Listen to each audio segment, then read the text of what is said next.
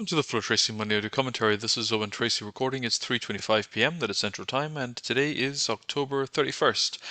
And happy Halloween to anyone. And I guess it's a trick-or-treat kind of day, where, for example, we had the Nasdaq pushing on to a new high this week, but still finishing out today in positive territory, if only barely.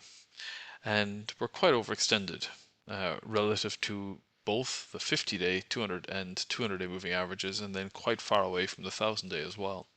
So it's begging some questions.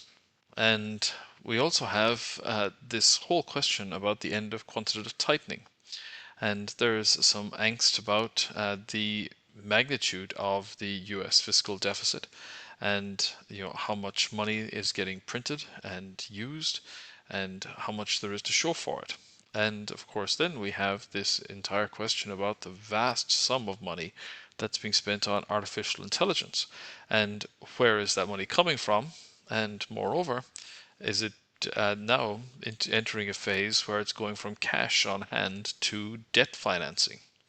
And that's also a rather interesting development.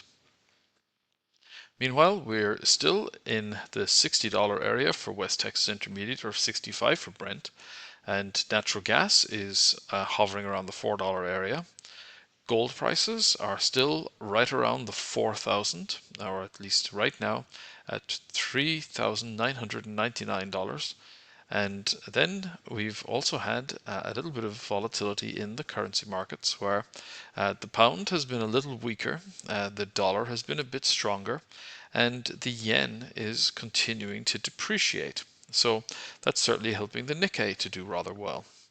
And then we've had quite a bit of back and forth action in Bitcoin without it really going anywhere. So, for example, it was down several $1,000s yesterday and then up 2,000 in here today, and Ethereum's up 127, but not quite yet being able to push up through that 4,000 level yet either.